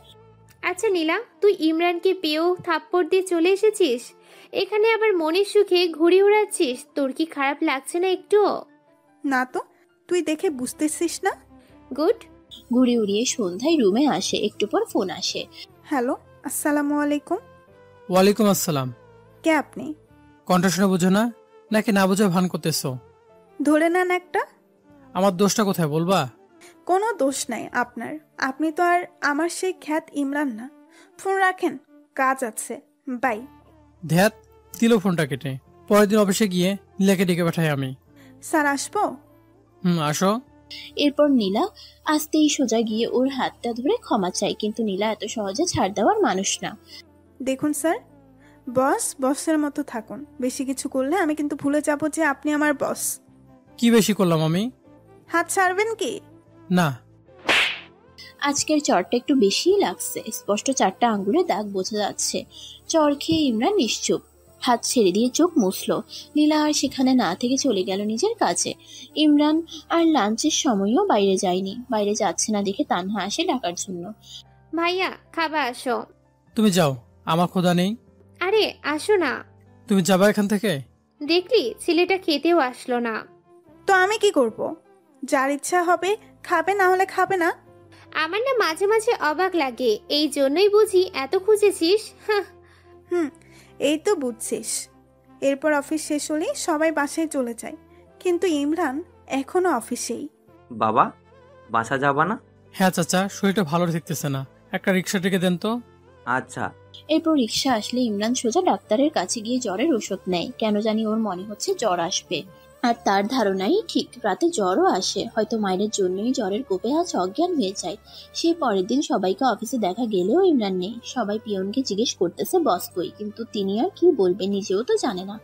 তিনি সবাইকে বলল যে যাওয়ার সময় সাজিদ বলেছিল মাই তার নাকি শরীরটা খারাপ। এর বেশি জানি না আমি। সকাল থেকে ফোন দিচ্ছি কিন্তু উঠাচ্ছে না ফোন। নীলা চল, ভাইয়ের বাসা যাব। কাহিনী বাদ দিয়ে চুপচাপ কাজ কর। আমার কথা তোর কাছে কাহিনী মনে হয়? ভালোই তো বদলে গেলি তুই নীলা। পরশু পর্যন্ত ঠিকই খুঁজছিলি, এখন আসলে তুই বোঝাতে চাচ্ছিসটা কি? হ্যাঁ, কিছুই না। ভালো। তানহা ফোন করেই যাচ্ছে কিন্তু কোনো খবর নেই। এভাবে একটা দিন চলে যায়। চাচা, আজকেও কি স্যার আসবে না? না, ফোনটাও বন্ধ, হয়তো কোনো কাজে বাইরে গেছে, সময় হলে চলে আসবে। আর আজ স্কুলের ছুটি 1টার পর হবে। নীলা, আমার কাছে ভালো ঠেকছে না রে। কাজে গেলে কেউ ফোন অফ করে না। আমি গেলাম, তুই আসলে আয়, না হলে থাক। তুই তোর ইমরানকে হারাতে পারিস, কিন্তু আমি একটা ভাইয়ের পাইছি, তাকে হারাতে পারবো না। দাঁড়া, আমিও যাব, দেখি তোর ভাই কোথায় লুকিয়ে আছে। এরপর দুজন সোজা চলে যায় ইমরানের বাসায়, কিন্তু ইমরান থাকলে তো দেখা হবে। হ্যালো চাচা, স্যারের বাসায় তো তালা দেয়া। স্যার কোথায় দয়া করে বলবেন প্লিজ? আসলে চাচা প্লিজ সত্যিটা বলেন। হাসপাতালে। মানে ওখানে কেন? অসুস্থ অনেক, তাই বাসায় দেখাশোনা করার কেউ নেই, তাই আজ সকালে হাসপাতালে ভর্তি করাইছি। কোন জায়গায়? ল্যাবেতে আছে এখন। আচ্ছা, কি হইলো? কোথায় এখন? হাসপাতালে। হোয়াট? এটাই তো চাইছিলি তাই না? চল। কোথায়? যে হাসপাতালে আছে সেখানে। ওকে। এরপর তারা সোজা চলে যায় হাসপাতালে। অফিসের লোকের কাছে কেবিন নাম্বার নিয়ে চলে যায় তার কাছে। দেখ কত ভালোভাবে শুয়ে আছে। শুয়ে আছে না, ঘুমের ওষুধ দিছে। এরপর তানহা মাথায় হাত দিল আর নীলার হাতটাও নিয়ে গিয়ে দিল মাথায়। দেখলি কি রকম জ্বর? এসব তোর জন্যই হয়েছে। কি মারটাই না দিছিস, আল্লাহ। আচ্ছা তোর রুমালটা দে, এর মাথাটা ঠান্ডা করে পট্টি দিয়ে। হঠাৎ মাথায় ঠান্ডা অনুভব হওয়ায় কিছুক্ষণ পর ঘুম ভেঙে যায় ইমরানের, কিন্তু কেন জানি চোখ খুলতে পারছে না। পাবেই বা কি করে? নীলার এক হাত তো তার চোখে। হঠাৎ কারো কণ্ঠ শুনে জোরে উঠে পড়ে ইমরান। নীলা আবার টেনে নামাই নিচে। তোমরা এখানে কেন? কোনো সমস্যা আসলে? সমস্যা তো আমার না, তোমার। আমাকে তো আর সহ্য করতে পারো না। চুপচাপ শুয়ে থাকেন, কথা বললে দিব একটা বসিয়ে। ওই তোমার সমস্যা কি? কথায় কথায় শুধু মায়ের আর মায়ের। তোমাকে এখানে কে আসতে বলেছে কষ্ট করে? হ্যাঁ, আসলা কেন তাও? মগের মুলুক পাইছো? ইচ্ছা হলে মারবা, ইচ্ছা হলে চলে যাবা। তোমার হিসেবে আমি কি কষ্ট পাইনি 6 বছর? আর তুমি তো তোমার বাবার হোটেলে ছিলা, বুঝবা কি? আমি হারে হারে বুঝেছি জীবনটা আসলে কি। প্রতিটা সময় গেছে এই সমাজের লোকদের সাথে যুদ্ধ করে নিজেকে তাদের সমতুল্য করতে পেরেছি। তারপর তোমাকে বলিনি মেয়েরা না ছেলেদের স্মার্টনেসকে ভালোবাসে, টাকা পয়সাকে ভালোবাসে, অন্য কিছু না? তোমার কি মনে হয় আমি এতদিনে প্রপোজাল পাইনি? আরে তোমার সামনেই তো তোমার বোন সেদিন প্রপোজ করেছে, আর বাকিগুলো না হয় নাই বললাম। তারপর কারোর সাথে প্রেমে জড়ায়নি, কারণ একটাই, তোমাকে ভালোবাসি। প্রতিটা দিন কাছ থেকে না হলেও দূর থেকে দেখেছি। আমারও ইচ্ছা ছিল তোমার কাছে যাওয়ার, কথা বলার, কিন্তু পারিনি। আগে প্রতিষ্ঠিত হতে চেয়েছি, আর তুমি ভাবো যে শুধু তুমি কষ্ট পেয়েছো? বাবা, স্যারের দেখি মুখ দিয়ে বুলেটও বার হয়। নিশ্চুপ। স্যার এখন এখান থেকে আমার বাড়ি চলেন। কেন? একদিন ট্রিটমেন্ট না করেই জ্বর হাইয়ে উঠেছে। আরও যদি এখন ট্রিটমেন্ট ছেড়ে দেই তখন তো জ্বরের টেম্পারেচার বেড়ে পার হয়ে চলে যাবে। হয়েছে, আমাকে নিয়ে আর ভাবতে হবে না। 6 বছর যাকে নিয়ে ভাবলাম তাকে এত তাড়াতাড়ি ভুলি কেমনে? ভালো, যাবেন কি এখন? আরে আরে নীলা, ছেলেটা জ্বর রে। আঙুল বাঁকা না করলে ঘি ওঠে না রে। কি এখন যাবেন তো স্যার? ইমরান কিছু না বলে চুপ করে আছে। এই যে স্যার, উঠবেন কি এখন? এরপর হাসপাতাল থেকে তারা চলে গেল তাদের বাসায়। কি বাবা, কেমন আছো? এই তো একটু অসুস্থ আন্টি। তা তো দেখতেই পাচ্ছি। মা স্যার আমাদের সাথে থাকবে এখানে এখন থেকে। আচ্ছা। না, আমি থাকবো না। কেন? এমনি। আমি থাকতে বলছে থাকবেন। চুপ, একদম চুপ। তোমার সব কথা শুনবো নাকি? হ্যাঁ হবে। সম্ভব না, অনেক সহ্য করেছি, আর না। চুপচাপ শুয়ে থাকেন এখানে। ইমরানকে শোয়াই দিয়ে নীলা চলে গেল পানি আনতে। এবার আবার শুরু করলো পানি দেওয়া। মাইটটা খুব লেগেছে তাই না? হুম। রাগ তুলায় দাও কেন তাহলে? এতদিন আমার সামনে থেকেও একবারও বলার প্রয়োজন মনে করনি। তুমি জানো তোমাকে খুঁজতে গিয়ে কতজনের কত কথা শুনতে হয়েছে, কত কষ্ট করতে হয়েছে। তোমার আশা তো ছেড়েই দিচ্ছি। আমি শুধু আল্লাহর কাছে বলছি, আল্লাহ প্লিজ একবার ইমরানের সাথে একটা বার দেখা করার সুযোগ দিও। আর কিচ্ছু চাই না। আমাকে বললে কি এমন ক্ষতি হতো তোমায় বলো? কিছুই না, আগে নিজেকে চেঞ্জ করতে চেয়েছি। তুমি তো বলেছো চুল না কাটলে, সাহায্যটা না পাল্টালে তোমার সামনে যেন না আসি, তাই আসি নাই। আমি রেগে বলছি এর জন্য তুইও সেটা মাইন্ডে নিবি কুত্তা? ওই কি তুই তাকারি করে গালি দিচ্ছ? আমি তোমার বস, ভুলে যেও না। এই শোন, তুই আমার ক্লাসমেট, ওকে? এটা তোর অফিস না, সো বস বস করবি না। আচ্ছা নিজেকে এত সহজে পাল্টালেন কি করে? নীলা পট্টি দিতে লাগলো, প্রশ্ন করতেছে। সহজ? এর থেকে কঠিন কিছু নেই। যে ছেলে ভালো কাপড়ের মুখ দেখেনি, সেই ছেলেটা এরকম কাপড় জুটো পরার জন্য দিনরাত এক করে কষ্ট করেছে। দিনে প্রাইভেট আর রাতে পার্ট টাইম জব করেছে। জানো, ভার্সিটি লাইফে ভাবতাম কোন দিন শুক্রবার আসবে আর কোন দিন আমি শান্তিমতো ঘুমাতে পারবো, কারণ শুক্রবার ছাড়া অন্য কোনো দিন ঘুমানোর সময় পাইতাম না। তো পাল্টাতে কে বলছে? আর কে বলছে এত কষ্ট করতে? কেউ বলেনি, শুধু খেট নামটা নিজেকে খুব কষ্ট দিত। সামান্য কলেজে যতবার শুনেছি, না জানি এরকম থাকলে ভার্সিটির কতবার শুনতাম, সে ভাবনাতেই শরীরটা শিউরে উঠত। তাই চিন্তা করেছি যদি চান্স পাই, নিজেকে না বদলাতে পারলে যাবই না ভার্সিটিতে। সব বুঝলাম। আর এই কোম্পানিটা, এটা কিভাবে সম্ভব? এটা এক বড় ভাই সহযোগিতায় করেছি। ও, এখন ঘুমান, আমি মাথায় তেল দিয়ে দিই। না থাক, লাগবে না। একটা কথা বলবো? হুম। এত বছর অনেক কষ্ট দিচ্ছেন, অনেক কাঁদাইছেন, প্লিজ হাত জোর করে বলি আর কষ্ট দিয়েন না। একবার হারাইছে আপনাকে, আর হারাতে চাই না, প্লিজ যা করতে চাই করতে দেন। আর আমি রেগে গিয়ে কিছু বললে বা করলে সেটা মনে নিয়েন না। রেগে গিয়ে মারবা? আমি সহ্য করবো নাকি? পরে আপনিও মারবেন, তাহলেই তো হয়। এখন যা করতে চাচ্ছি করতে দেন। ওকে। মানুষের জ্বর হলে মাথায় পট্টি দেওয়া, তেল দিয়ে দেওয়ার মতো কেউ থাকলে আর কিছুই লাগে না। ইমরান তো বেশ মজাতেই আছে, সারাদিন মেয়ে পাশে সেবা করে যাচ্ছে, আর কষ্টে আছি আমি, কেউ নাই পাশে। নীলা মাথায় তেল দিয়ে দিতে দিতে ইমরান ঘুমিয়ে পড়ে, কিন্তু নীলা থেমে থাকে না। সেই 11টায় বসেছে ইমরানের পাশে, বিকাল 3টা পর্যন্ত পাশেই বসে আছে। এর মধ্যে ইমরানের ঘুমও ভেঙে যায়। তুমি এখনো এরকম করে দিচ্ছ? বললাম না একবার হারাইছি আর হারাতে পারবো না। যাও এখন গোসল করে খাও। ওকে। নীলা গেলে আবার তানহা চলে আসে। ভাইয়া কি অবস্থা এখন? ভালো লাগছে না কিছুই। কিছু খাবা ভাইয়া? না। আচ্ছা শোনো, তুমি এই টয়লেটে গিয়ে গাটা একটু মুছে নাও, আমি শরবত আনতেছি। আচ্ছা। এরপর নীলা গোসল সেরে আসে, আর ইমরানও গা মুছে শরবত খেয়ে ভিতরে সব পার করে দেয়। হয়েছে, এখন পেট খালি। কি খাবেন এখন? কিছু না। কিছু না বললেই হলো। আমি ফুচকা আনছি, সবাই খাবো, খেয়ে আবার ওষুধ খেতে হবে, কেমন? ওকে। খাওয়া শেষে আবার একটু শুয়ে পড়ে। জ্বরটা একটু হালকা হালকা লাগছে, কিন্তু এত সহজে কি বাঁচা যায়? রাতে আবার সেই জ্বর, আর নীলার কষ্ট আবার শুরু। সারাটা রাত পাশে থেকে সেবা করে জ্বরটা কন্ট্রোলে নিয়ে আসে। সকালে ইমরান ঘুম থেকে উঠে দেখে নীলা টেবিলে হেলান দিয়ে ঘুমিয়ে পড়েছে। নীলা, নীলা। হুম, ঘুম ভাঙছে। এখন কেমন লাগছে? ভালো। মনে হয় জ্বরটা ভালো হয়েছে। তুমি ঘুমাও, আমি একটু বাইরে থেকে আসি। আচ্ছা। এরপর নীলা ওর রুমে গিয়ে ঘুমিয়ে পড়লো। একটু পরে ইমরান রেডি হচ্ছে অফিসে যাওয়ার জন্য। কি হইলো ভাইয়া, রেডি হয়ে কই যাও? কই আবার অফিসে যাব। তোমার মাথা খারাপ? এখনো জ্বর ভালোই হলো না, আর তাতেই কাজে তোমার কাজ আজ আমরা করে দিব, তুমি রেস্ট নাও এখন। আরে আমার কাজটা তোমরা পাবা না, আমাকে যেতে হবে। 2 দিন থেকে কাজ হচ্ছে না আমার। ওই কি কাজ করো তুমি? হ্যাঁ, যে আমরা পাবো না? আমাদের সবার একই কাজ, শুধু সেক্টর আলাদা। তানহা থামো তো। তানহা কি হইল রে? এটা আবার কই থেকে আসলো? এত তাড়াতাড়ি ঘুম ভাঙলো? এই দেখ না, ইনি নাকি অফিসে যাবে। যাক, সমস্যা কি? উনি জ্বর নিয়ে বাসায় ফিরবেন, আর আমরা কষ্ট করে দিনরাত সেবা করে সুস্থ করবো, এটা তো আমাদের জব। হয়েছে, যাব না। শান্তি, আজ থেকে অফিস বন্ধ। আমার ল্যাপটপটা দাও, আমি সবাইকে টেক্সট করে দিচ্ছি। রাগ ঢং এখনো কমে নাই? সবাই তো আর আপনার মতো না যে নিজেকে বদলে ফেলবে। কথাও দেখে বেশি বলে এখন তানহা। সব বদলাইলেও ঝগড়া করার অভ্যাসটা বদলায়নি কেন? জিজ্ঞেস করতো তানহা। দুজনে তানহাকে বলে ঝগড়া করতেছে। তানহা মাঝে দাঁড়িয়ে থেকে ঝগড়া অনুভব করছে। এমনি এমনি মানুষ বদলায় না, পরিস্থিতি নিজেকে বদলাতে বাধ্য করে। পরিস্থিতি যদি নিজে তৈরি করে নেয় তাহলে তো কারো কিছু করার নেই। চুপ করো, সেদিন কি বলেছিলে ভুলিনি।